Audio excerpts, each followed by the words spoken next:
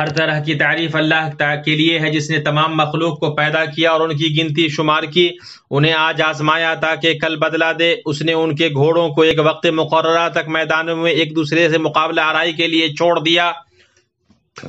میں گواہی دیتا ہوں کہ اللہ کے علاوہ کوئی معبود نہیں، وہ یکتا ہے، اس کا کوئی شریک نہیں۔ ایسے شخص کی گواہی جو اپنے رب پر ایمان لایا اور اس کے ساتھ کسی کو شریک نہیں کیا، اور میں گواہی دیتا ہوں کہ محمد اللہ کے بندے اور رسول ہیں جو مخلوق میں سب سے زیادہ سخی اور اخلاق و نسب کے اعتبار سے سب سے اعلیٰ ہیں۔ اللہ کا درود و سلام اور برکت نازل ہو آپ پر، اور درود و سلام نازل ہو آپ کے معزز آل پر، بلند پایا اصحاب پر جو آپ کے دین کے لیے ستون اور ساز و سامان تھے، آپ کی پکار پر سخی و مددگار تھے، اور تابعین پر اور اچھے طریقے سے ان کی پیروی کرنے والوں پر جب تک رات کا تاریک ہونا اور صبح کا نمودار ہونا ہے۔ اما بعد، میں آپ کو اور اپنے آپ کو اللہ سبحانہ کے تقوی کی وصیت کرتا ہوں۔ نیک بخت وہ ہے جس نے تقوی اور ہدایت اختیار کیا، اور بدبخت وہ ہے جس نے سرکشی کی اور حد سے نکل گیا۔ اللہ کا فرمان ہے، جو زمین پاکیزہ ہوتی ہے اس کی پیداوار تو اللہ کے حکم سے خوب نکلتی ہے، اور جو خراب ہے اس کی پیداوار بہت کم نکلتی ہے۔ مومنوں، مسلمہ حقیقت، پختہ یقین اور ایمان کے ستونوں میں سے ایک یوم آخرت پر ایمان ہے۔ ان تمام چیزوں پر ایمان رکھنا ہے جن کے متعلق اللہ اور اس کے رسول صلی اللہ علیہ وسلم نے خبر دی ہے کہ وہ موت کے بعد پیش آئیں گی، اور یہ کہ اللہ نے اطاعت کرنے والوں کے لیے جو اجر اور نافرمانوں کے لیے جس طرح کا عذاب تیار کر رکھا ہے اور ان پر ایمان رکھا جائے۔ اللہ کا فرمان ہے، نیکی یہی نہیں ہے کہ تم مشرق و مغرب کو قبلہ سمجھ کر ان کی طرف منہ کر لو، بلکہ نیکی یہ ہے کہ لوگ روز آخرت پر ایمان لائیں۔ دوسری جگہ اللہ نے فرمایا، جو شخص اللہ تعالیٰ اور اس کے فرشتوں سے اور اس کی کتابوں سے اور اس کے رسولوں سے اور قیامت کے دن کا انکار کرے، وہ تو بہت بڑی دور کی گمراہی میں جا پڑا۔ جبریل علیہ السلام نے نبی صلی اللہ علیہ وسلم سے ایمان کے بارے میں پوچھا تو آپ نے فرمایا کہ تم اللہ، اس کے فرشتوں، اس کی کتابوں، اس کے رسولوں، آخرت کے دن اور تقدیر کے خیر و شر پر ایمان رکھو۔ اس حدیث کو مسلم نے روایت کیا ہے۔ آخرت پر ایمان کی وجہ سے سچا مومن جھوٹے کافر سے جدا ہوتا ہے،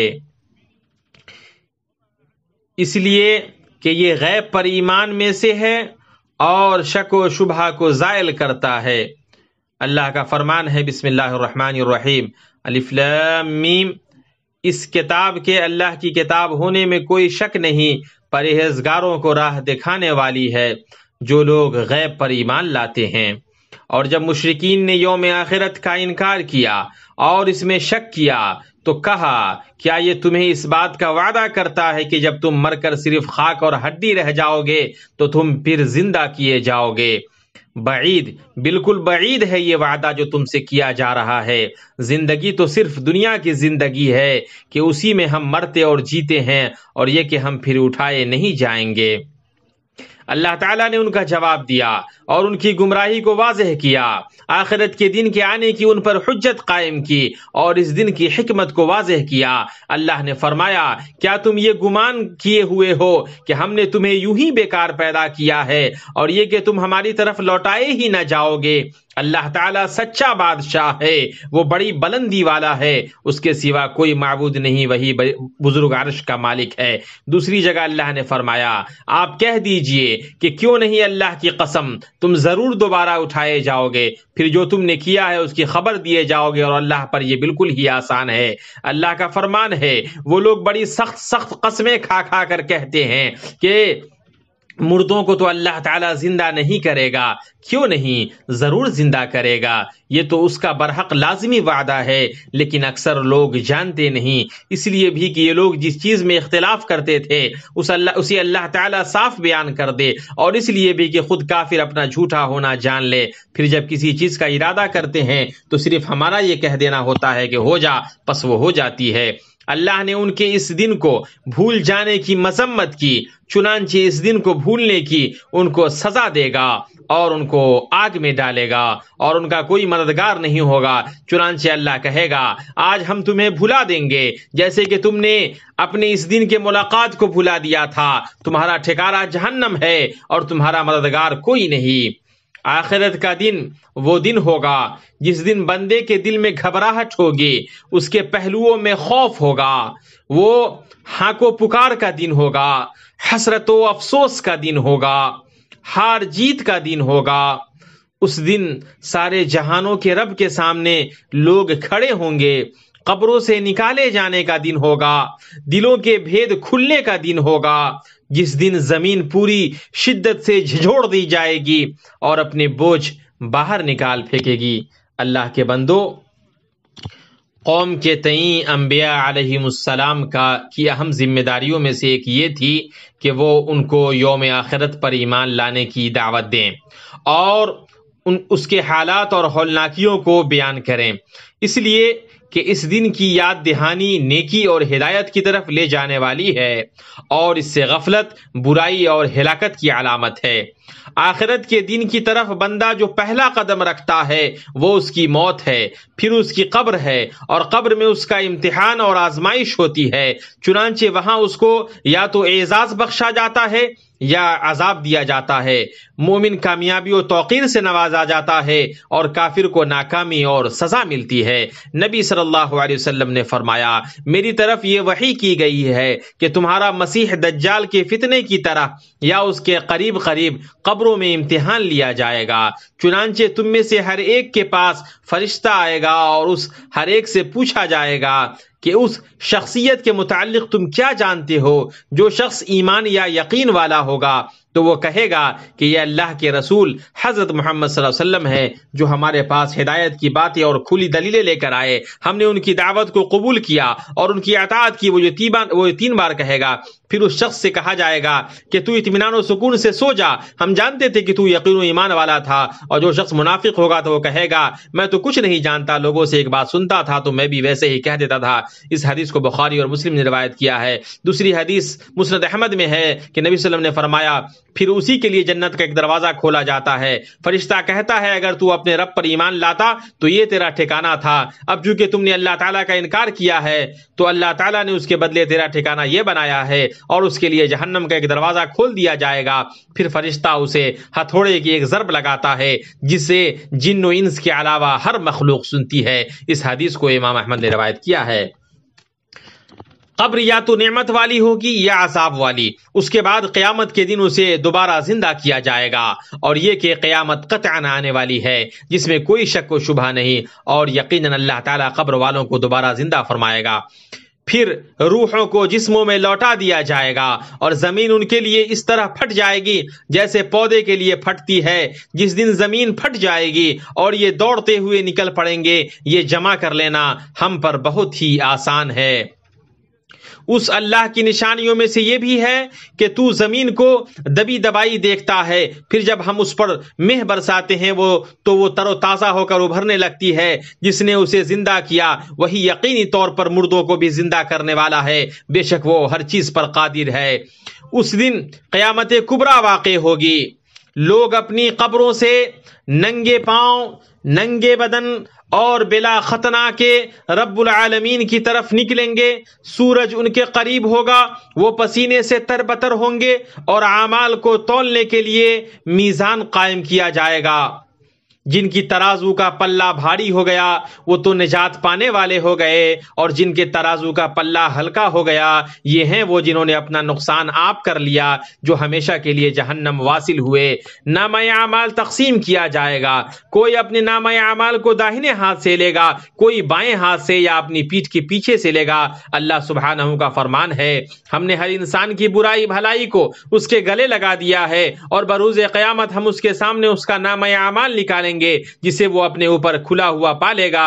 لے خود ہی اپنی کتاب آپ پڑھ لے، آج تو آپ ہی اپنا خود حساب لینے کو کافی ہے۔ اس کے بعد اللہ تعالیٰ مخلوق کا حساب لے گا، اپنے مومن بندوں سے تنہائی میں اس کے گناہ کا اقرار کرائے گا، تو مومن بندہ اللہ کی رحمت کی امید کرتے ہوئے اپنے گناہ کا اقرار کرے گا۔ جہاں تک کافر اور منافق کی بات ہے تو کبھی ایسا ہوگا کہ وہ اقرار کریں گے اور کبھی بحث و مباحثہ کریں گے۔ چنانچہ اللہ سبحانہ اس کی کان آنکھ اور اعضاء سے ان گناہوں کو بلوائے گا جو اس نے انجام دیا اور ارتکاب کیا۔ یہ اپنی کھالوں سے کہیں گے کہ تم نے ہمارے خلاف شہادت کیوں دی؟ وہ جواب دیں گے کہ ہمیں اس اللہ نے قوت گویائی عطا فرمائی جس نے ہر چیز کو بولنے کی طاقت بخشی ہے۔ اس نے تمہیں اول مرتبہ پیدا کیا اور اسی کی طرف تم سب لوٹائے جاؤ گے، اور تم اپنی بدعمالیوں اس وجہ سے پوشیدہ رکھتے ہی نہ تھے کہ تم پر تمہارے کان اور تمہاری آنکھیں اور تمہاری کھالیں گواہی دیں گی۔ ہاں تم یہ سمجھتے رہے کہ تم جو کچھ بھی کر رہے ہو اس میں سے بہت سے اعمال سے اللہ بے خبر ہے۔ تمہاری اس بدگمانی نے جو تم نے اپنے رب سے کر رکھی تھی تمہیں ہلاک کر دیا، اور بالآخر تم ضیاکاروں میں ہو گئے۔ اب اگر یہ صبر کریں تو بھی ان کا ٹھکانہ جہنم ہی ہے، اور اگر یہ عذر اور معافی کے خواستگار ہوں تو بھی معذور اور معاف نہیں رکھے جائیں گے۔ پھر ان کے لیے آگ بھڑکائی جائے گی، چنانچہ وہ اس آگ کی جانب ہکائے جائیں گے اور اس میں گر پڑیں گے۔ مومن تاخیر کریں گے تاکہ وہ معزز حوض سے پانی پئیں، ہمارے نبی محمد صلی اللہ علیہ وسلم کی حوض سے، جس کا پانی دودھ سے زیادہ سفید اور شہد سے زیادہ میٹھا ہوگا۔ اس حوض پر برتنوں کی تعداد ستاروں کے برابر ہوگی، اس کی لمبائی اور چوڑائی 1 مہینے کے برابر ہوگی۔ جو اس سے ایک بار پی لے گا اس کے بعد اسے کبھی پیاس نہیں لگے گی۔ اس کے بعد جنت اور جہنم کے درمیان پل صراط نصب کیا جائے گا، جسے لوگ اپنے اعمال کے بقدر پار کریں گے۔ لوگوں میں سب سے پہلے انبیاء اور رسول اسے پار کریں گے، جو اس کی ہولناکی اور سختی کی وجہ سے کہیں گے اے اللہ مجھ کو محفوظ رکھ، اے اللہ مجھ کو محفوظ رکھ۔ پھر جنت و جہنم کے درمیان ایک پل پر انہیں روک لیا جائے گا، اور پھر آپس میں ایک کے ذریعے دوسرے پر ہوئے مظالم کا بدلہ لیا جائے گا، حتیٰ کہ وہ جب پاک و صاف ہو جائیں گے تو انہیں جنت میں جانے کی اجازت ہوگی۔ وہاں کے نگہبان ان سے کہیں گے تم پر سلام ہو، تم خوشحال رہو، تم اس میں ہمیشہ کے لیے چلے جاؤ۔ یہ کہیں گے اللہ کا شکر ہے کہ جس نے ہم سے اپنا وعدہ پورا کیا اور ہمیں اس زمین کا وارث بنا دیا کہ جنت میں جہاں چاہیں مقام کریں، پس عمل کرنے والوں کا کیا ہی اچھا بدلہ ہے۔ اور تو فرشتوں کو اللہ کے عرش کے ارد گرد حلقہ باندھے ہوئے اپنے رب کی حمد و تسبیح کرتے ہوئے دیکھے گا، اور میں انصاف کا فیصلہ کیا جائے گا اور کہہ دیا جائے گا کہ ساری خوبی اللہ ہی کے لیے ہے جو تمام جہانوں کا پالنہار ہے۔ اللہ تعالیٰ مجھے اور آپ کو قرآن کریم میں برکت دے، اور مجھے اور آپ کو نبی کریم کے طریقے سے فائدہ پہنچائے۔ میں وہ کہہ رہا ہوں جو آپ نے سنا۔ میں اللہ سے مغفرت طلب کرتا ہوں اپنے لیے، آپ کے لیے اور تمام مسلمانوں کے لیے، ہر طرح کے گناہ اور خطاؤں سے۔ تم بھی اس سے مغفرت طلب کرو، بے شک وہ توبہ کرنے والوں کو معاف کرنے والا ہے۔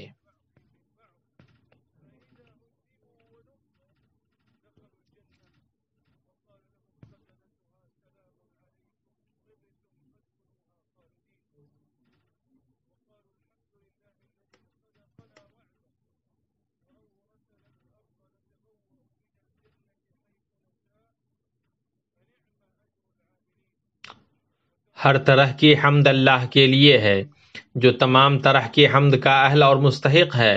میں گواہی دیتا ہوں کہ اللہ کے علاوہ کوئی معبود نہیں، وہ یکتا ہے، اس کا کوئی شریک نہیں۔